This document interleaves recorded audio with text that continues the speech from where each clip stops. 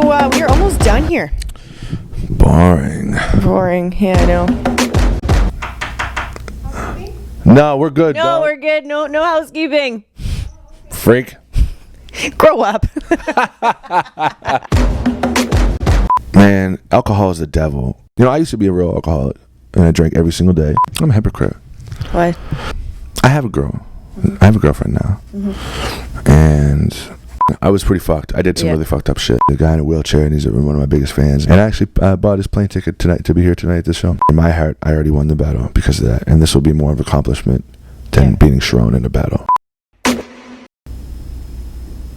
You have ADD. Oh What's my it God. like? Okay, what's it like having ADD? No, what's it like living day to day with that? Oh my God, what is it, AIDS? No, what does it can you stop it? Jesus. Does it interfere with anything? What's it like Yes. day to day? Because it is a valid question. A lot of What, people like don't 1 have in 3 ADD. people have it? I don't know what the statistics are, but what's a day like for you, day to day functioning? I'd say ADD is selective hearing. Okay. And sometimes short attention span. So one thing that I might do if I have pills I need to take, if I take them, sometimes I'll forget, oh fuck, did I take them or not? Yeah. Who cares? Yeah. Other than that, it just makes me a wild person, and this is why I'm the fucking coolest guy in the world. Yeah. And I when I was in junior high, they first prescribed me to the medicine, and I liked who I was. I liked it. And it changed me when they put me on that medicine. I was just a robot, man. Like, I remember, like, I would walk through the halls, like this, like, really slow. And Nobody can see you on the camera. like, really slow.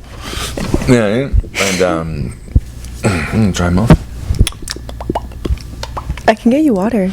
I'm right. And, I walk really slow, and I didn't like being medicated because it changed who I was, and I actually like who I am, being weird and a little bit, random and shit like that. And I think that's what ADD is. I don't give a fuck.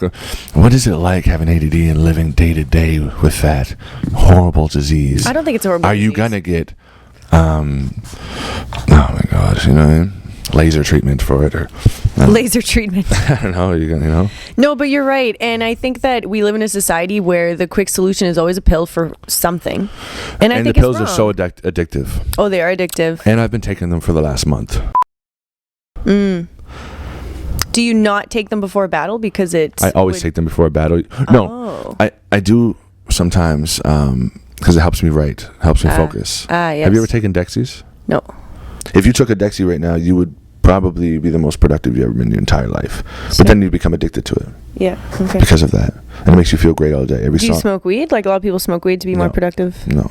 In terms of mental processing, not physical work. No, I don't smoke weed. I quit that a long time ago. Okay. It made me really paranoid Yeah. and not comfortable with myself. Okay. Isn't that weird? No, that's awesome because you're more comfortable with yourself sober. So I don't think that's weird. I think that's awesome. Have you ever taken any ADD medication? No. You look really nice today. Thank you. Bro. I was tested for ADD, but it came back negative. But I'm still convinced. So you're not a freak. Exactly. I think I have like traits of a freak, but I'm not a full-on freak, you know? Yeah. Well, if you were tested, maybe you have some. Yeah, you obviously have traits. Man, I don't see a fucking difference. What? Have you ever met anybody with ADD? Be like, actually. Well, when you said that you did crazy things for attention, I remember growing up, my neighbor had ADD, and he would do wild things. Like what? Like he would literally throw fits and like walk around the house just screaming without a shirt on, like just I wouldn't do crazy shit like shit. that. I would like hit people with bricks and really badly hurt people. I remember vividly being pulled, like principal and like random people in the streets trying to pull me off this guy as I was beating him with a piece of wood with a nail in it. Oh wow. And he's yeah. So yeah. What caused that situation? I don't know. You don't know? You just blacked out? Man, I don't know what it was. I think people were just like around me, just like, oh my God, and I was just like doing it for attention. You And went he's to that actually- extreme for Yeah. attention. Wow. I don't know, man. I was pretty fucked. I did some really fucked up shit. This was when you were younger, or? Yeah, like I did. I'd say from like grade 9 or grade 8 to grade 7 to. After that, for a while, I did some fucked up shit. So you just learned to cope with it with age, or pills and age? I think when you do a lot of fucked up shit when you're young, it makes you mature quick. Like, for example, we had a conversation downstairs talking, punching people in battles and stuff like that. Yeah. And Pat, I was thinking, and I was like, no, I don't want to do that type of stuff. That type of shit actually isn't cool. And I'm really, it was me and Marv talking about how our battle was so close, right? I never wanted a title shot. The chain belongs to Sketch. But everyone knows if I wanted that shit, I'd yank it off his neck. Wow. And I don't have to lie. I don't have to lie and say, who the fuck you talking to, buddy? Don't just fucking rip my shit off. Fuck it. Shut the freak! Keep it up, man. Keep it up. And I was saying how, no, I don't like that type of shit. And I'm glad it didn't happen. And I actually get anxiety sometimes, like a quick shot of anxiety, thinking about if I did do it. Because, you know, when you have hurt people before in really bad ways, it makes you kind of sick. It makes you sick. And you're just like, yo, you guys are glorifying something that you just see on YouTube and think it's cool. It doesn't feel good to fucking knock someone out really bad for no fucking reason during a rap battle. And see some guy that's actually cool just like shivering on the ground, knocked out with fucking like foam coming out of his mouth. Some people are cool on it, you know, I don't know. I'm not cool with that shit anymore. You laugh at your friends' funerals. That's a very interesting thing about you. All the time. Shuts down my dead homies. Yeah. Suckers. I'm just joking. See ya. Just joking. Dead meat. I'm joking. I got a lot of dead friends, and all my friends know that go to funerals with me. They're just like, they're already in the car, like crying, laughing. They're like, I'm not going in there with Pat. I'm not going in there with Pat. Pat, you go first. And I just come in, and I'm just like fucking flicking their bodies and shit like that. And I make everyone laugh. That's a beautiful thing, though. You know what I mean? I think that funerals should be a celebration of having known that person anyways, as opposed to a cry fest. You know what I mean? And I've been thanked by numerous people. Like, they would come aside, they'd be crying, and they're crying of laughter, and they'd take me aside and be like, yo, Pat, I was like kind of worried about you coming here because I knew that you were gonna fucking turn this place into a fucking shit show or whatever. But thank you so much. You lighten it up, and I know that's what he wanted. Even though you flicked his ear. Yeah, and it fell off when you flicked it. I was at the last funeral, my buddy's funeral, was a couple of weeks ago. Actually, I don't know if I should say. Yeah, it doesn't matter, man. My brother is like, and he's like pretty much best friends with this guy, and he's like, he got some dry lips though. It's just so funny, man. But you know what? Those people shouts to Corey Beaver, man. Love you, dog. Relic. The people that come up to you after the funeral and thank you for that, they're never going to have a moment like that ever again in their life. No. So that's why when you question yourself, I don't think you should, because you have the ability to create these moments in these people's lives, and you can't buy them, you can't match them. They're just unique because they just come from you and you're unique. So don't ever question yourself. What is your biggest personal flaw? Wow. I believe that I am, for the most part, really strong-minded. And I believe that I'm blessed in that way more than most people. And I really do believe that. And I'm very optimistic. And I can get over things quick and not careless, but more of a free spirit. Like, if we were boyfriend and girlfriend and we got in a stupid little fight about something, like, it doesn't matter what the fuck you did. In 2 seconds, I'm done. Because I've been through so much in my fucking life that I'm like, that's so small. So I take pride in that, and I preach that to people. But I'm a hypocrite. You know all those relationship statuses I've made on Facebook? There's a lot of them. Yeah. I'm a hypocrite. Why? Because, you know, I have a girl. I have a girlfriend now. And I find a weakness in myself sometimes. I'm doing exactly what I tell people not to do. And I can go from, because you think me being so strong-minded, I'd be like, whatever. You don't want to fucking whatever? I'm good, because I'm Pat. I don't mean Pat to say the rapper. I'm Pat. I'm myself. I'll be able to move on. I'm happy. I'm a happy guy. Right? But I find myself down at a bar, fucking stressed, losing my mind, about to fucking kill someone or some type of shit over regular ass fucking square ass relationship stuff sometimes. And it's so weird to me because I'm like, I'm not that guy. Like I said, I believe I'm stronger than most people. I'm strong-minded, but you know, shit. I spent like fucking 10 days of the last 30 days at this fucking little lonely bar down the street, just stressing and shit. I'm like, I got the biggest battle of my life coming up. I'm about to fucking stab somebody next to me, and I'm loaded over some stupid fucking relationship shit. Now, shouts to my girl. That's nothing to do with her. It's mostly me. It's mostly me. You know, just I'm a deep thinker, right? And so shit fucks with me. So let's say my biggest weakness is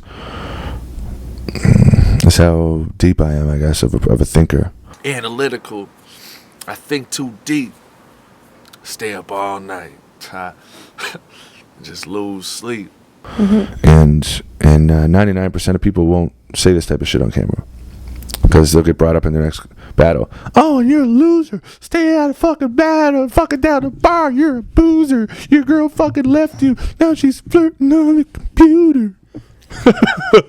You know what I mean? I sip cheap liquor all day by myself. I'm a deep thinker. Swear to God, I'm half genius. So your mind is your greatest gift and your greatest curse at the same time. Yeah, because I think really deep into things. So basically, the songs that you write about women are about you? Fuck relationships. Life's too short to be wasting it. You know my song, Fuck Relationships? Yeah, it's all about you.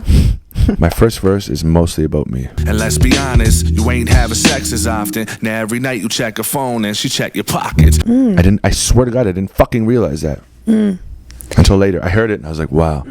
But when I take it, you know, I don't know. There you go. You know, other shit. Like there's a couple things that don't really relate to me, but I realize a lot of them do. You swore she's the one you'd have a baby with. Now your best friend's the one that she's pregnant with. But you have the ability to look at what you did and then look at it from a third point of view and then spin it back on yourself. With this ability and this perception, you do that every single interview. With this ability, then I think that you're pretty well equipped because most of the people don't see it and then they run with that idea. Yeah. You know what I mean? So, again, I think you're doing just fine. Speaking of your tongue, the little... But you know what? Even in regular conversations, especially when you're on stage, you'll always do this thing with your tongue. Let me get this straight. Because I don't quite understand. I said, you sure you don't have AIDS? He said, I'm positive. yo, but he hit us. Wait. Do you do it more in certain situations than others? Is it a nervous thing? I don't know, maybe it's drugs. Drugs? Maybe it's from drugs. For real? Like I don't know. But no, you know what it actually is? I can't breathe through my nose barely at all. And so I get dehydrated quick. Yeah, so I'm always licking my lips. And because, you know, I'm a big fan of LL Cool J. Yeah, or that. Fact of the day. He can't breathe through his nose. You fucking, you're down the street, your girl fucking drinking a bottle, and you can't breathe through your fucking nostrils. Your music, it's very open, and you're very comfortable with being open, as we just saw. And that's a sign of manliness because you're okay with being vulnerable. Thank you. And so you have a lot of interesting stories. Would you be able to walk us through one of your lowest lows? This is our before last interview question, so take your time. My lowest lows are too deep to explain. They would never make sense. I'd be here for 30 minutes and they'd be like, you're... Because they all have to do with in your mind for the majority? As opposed to actual things around you? No, man. My lowest... Yeah, I'm too deep for that shit. That shit's too deep, man. Okay. It's not just in my head. Like, I mean, when I've been in situations where I'm, I got no place. I got no nothing, no money, nothing like that. I'm fucked. I don't have anything or anyone, and I'm fucked on drugs and everything in the fucking world. That everybody's fucking been through. I sometimes think, but it's not just that. Because I've also been there and walk around the street with a pair of headphones and been like, you know what? I don't need this shit. I'm happy. I'm Pat. Yeah. But my lowest moments are scary, man, and It's just too deep to explain. It is. Maybe I'll write a song about it someday. I've written numerous songs that no one will ever hear because I write them, and I'll never drop them because they don't make sense to me when I cheer up. But I'm not a depressing person. I'm usually like, have you ever seen me in a depressive mood? And maybe when you walked in a little bit, you were a little off. I couldn't find the fucking building, and it stunk outside. Yeah, I think that's Swiss Chalet. Just hung over. Yeah. But alcohol does fuck with your brain. It does, and it's a depressant. And you know what? Alcohol. Yeah, it is. I suggest anyone that has a drinking problem to do anything you can to not drink anymore. You think I'm fucking joking? No, it's because I don't think you're joking. It's the way you worded it. Yeah, it was really If you're a heroin addict, I suggest that you don't do heroin. Yeah, I know. I'm really slow right now. Okay, and this interview is probably going to be really but no, unintelligent. But I listen, fuck with what you're saying. Man, alcohol is the devil. Liquor bottles empty, drugs all gone. And it is obviously a depressant. Why do I feel so defensive? Cold, no expression, won't show affection. You're happy at the time, but even that will slowly fade. So never will I let a fucking whore get the best of me. Yeah. Because when you're, for a long time, for years, when you're depressed, you drink, and you'd be happy for that first 30 minutes. But actually, I used to be a real alcoholic, and I drank every single day. Life for a man shouldn't be so rough. It's pathetic every day I got to be so drunk. And I drank every single day. I'd be at the liquor store right when it opened, pacing back and forth, looking for my Colt 45 or my Fax 10 beer. And then I just took a pill called Antabuse, and I rap about it. Had it in one of my songs called I'm Dying. It's so old, but it was a real shit to me. So I call my doc like I need some medication. My head is aching, and when I'm not drunk, I'm a mental patient. And I was in a really low point then, if you want to hear that. What Antabuse does is you take it in the morning when you don't have your craving to drink, and if you do drink at nighttime, then you get deathly sick, like really, really sick. Oh wow! So that helped me for a little bit, and but I've been back and forth. If I drink again tonight, and then again the next night, and then again the next night, and again the next night, I'll probably go back to Ottawa and keep doing it. But alcohol is the fucking devil, man, and I suggest anyone who has a problem to not drink. Just joking. I suggest I suggest you to go to the gym, because the gym is for real. Yeah. The gym is the greatest addiction that you can have, and because it's a natural. I thought you were laughing, so yeah. No. Yeah, it's a woman said, her name is Sandy Thompson. She said, if we could capture the very moment of leaving the gym, the feeling that we get after a great workout, walking out that door, then we'd all be millionaires. And that was really inspiring, because it's so true. It's just a feeling that your body gets. You just feel so fucking great about yourself. If I worked out and had a great workout before this interview, I'd probably look a lot different, talk a lot different, and feel a lot different, wouldn't I? You would. I would. I I'd agree. be like, yeah, that's a good idea. Yeah. I'll posture that and stuff like that. Oh. No, but you're right. Yeah, and you feel better. You feel naturally better, and that will become your addiction, because instead of those big tall boys of beer, you'll be looking up different like nutritional things and supplements and things like that. And some of them are bad, but hey, is it worse than fucking drinking and doing a bunch of coke and fucking drugs and downers and shit that a lot of people do?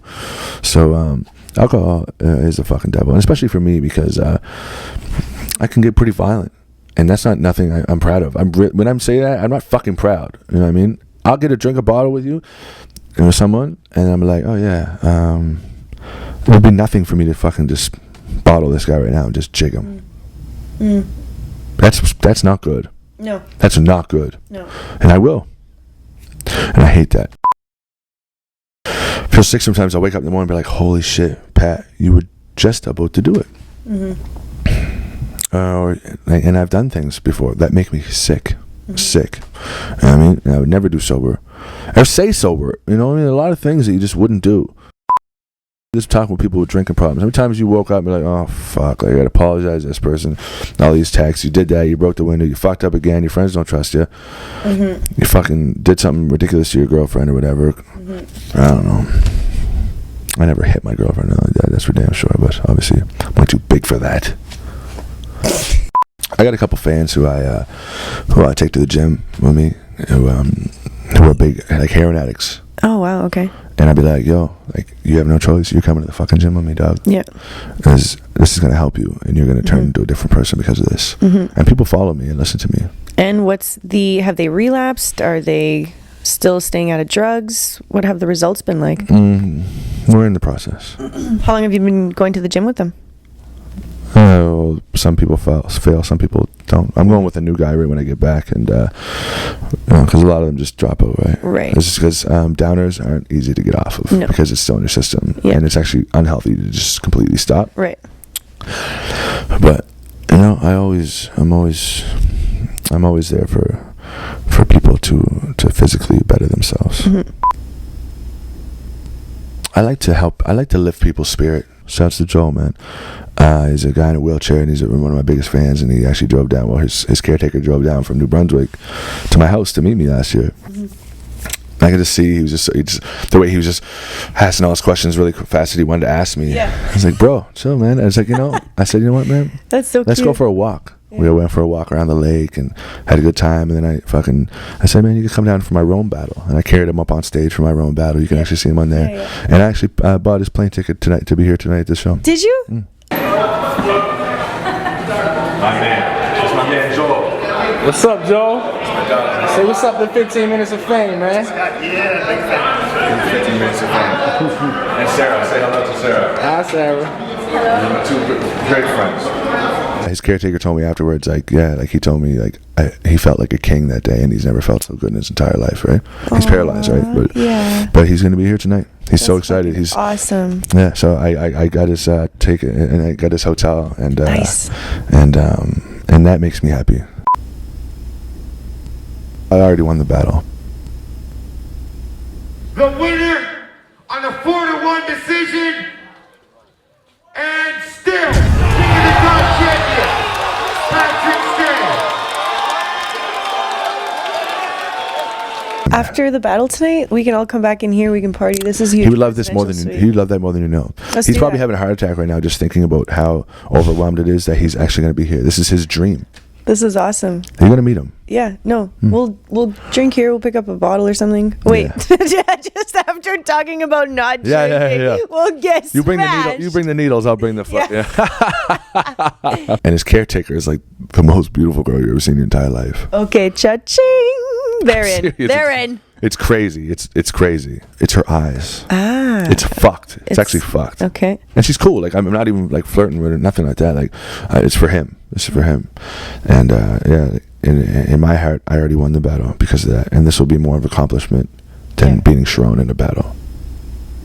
Sharon, I will always be the king. You can hold down my position for me, but you will never trade me places. The king.